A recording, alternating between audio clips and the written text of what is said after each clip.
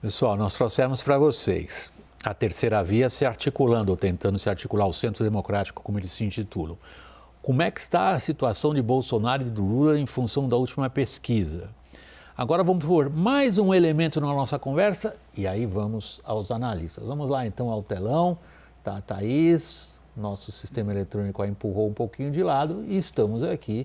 O saudamos, damos boa noite ao presidente de Cidadania, Roberto Freire. Obrigado pela participação aqui no WW. Roberto, de cara, a primeira pergunta. Boa noite. Vai ou não vai essa terceira via, Roberto?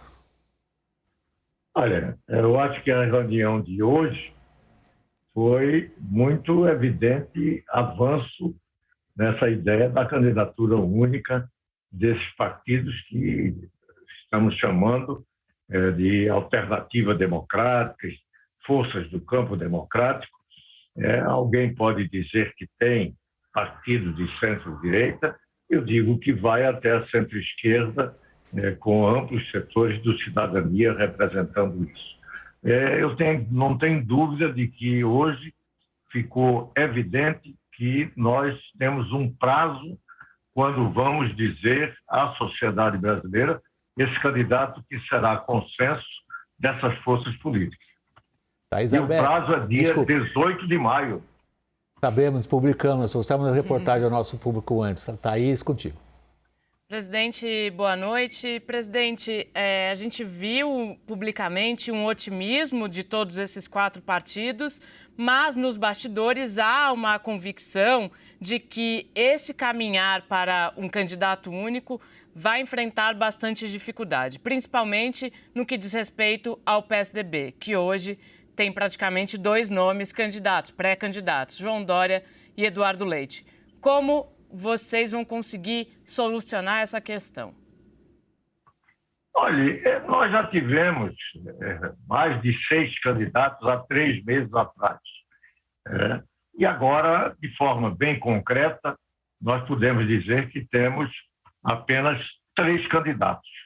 Não sei se União Brasil vai ter condições e vamos aguardar, foi inclusive consensuado também, que até o dia 14, União Brasil diz se tem um pré-candidato para que avaliemos e analisemos essa hipótese dessa candidatura do União Democrática, do União Brasil.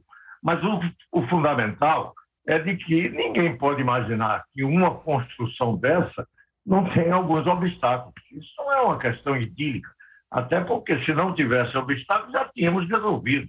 O importante é de que nós estamos falando há algum tempo de que isto iria ocorrer, e está ocorrendo. Não dissemos em momento algum que iria ser tranquilo, que não iríamos ter problemas, que não iríamos ter contradições, alguns confrontos, inclusive internos de cada partido, mas a coisa vem andando. E não há nenhum retrocesso, ao contrário, o avanço hoje foi fundamental, de dizer qual é o prazo que nós vamos sentar e dizer à sociedade brasileira quem é o candidato ou candidata que nos representa. Caio. Esse grupo, Freire, é mais anti-Lula ou mais anti-Bolsonaro? Olha, é a favor do Brasil. E isso dizendo com todas as letras. Porque Bolsonaro e Lula, no nosso entendimento, atrasam o Brasil. Impedem que o Brasil se modernize, se atualize, que venha para o século XXI, porque eles representam uma política do passado. Eles são prisioneiros, basta ver o que ambos têm como posição comum nessa absurda invasão de tropas russas da Ucrânia. Eles são iguais. Eles não condenaram essa invasão. Parece que vem em Putin alguém muito importante que é um cavaleiro de época da Guerra Fria e pior. Alguns imaginando que ele é progressista quando ele é claramente um fascista. É um expansionista, militarista, mas de qualquer forma estão lá perdidos. Por quê? Porque parece que Putin é contra os Estados Unidos. Ou seja, não estão entendendo nada do que o mundo hoje discute uma nova hegemonia, numa nova sociedade e numa nova economia. Não tem nada a ver com o capitalismo industrial, com o auge desse capitalismo que tivemos na segunda metade do século XX. Não se trata de contradição entre imperialismo norte-americano e o mundo soviético. Isso são coisas do passado.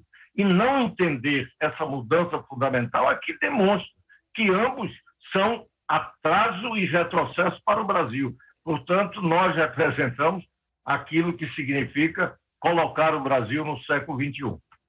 Raquel, você está querendo fazer uma pergunta? Por favor, prossiga. Freire, mas as chances dessa candidatura, elas não são maiores se for uma candidatura de centro-direita? Não é para esse eleitor que vocês estão tentando falar?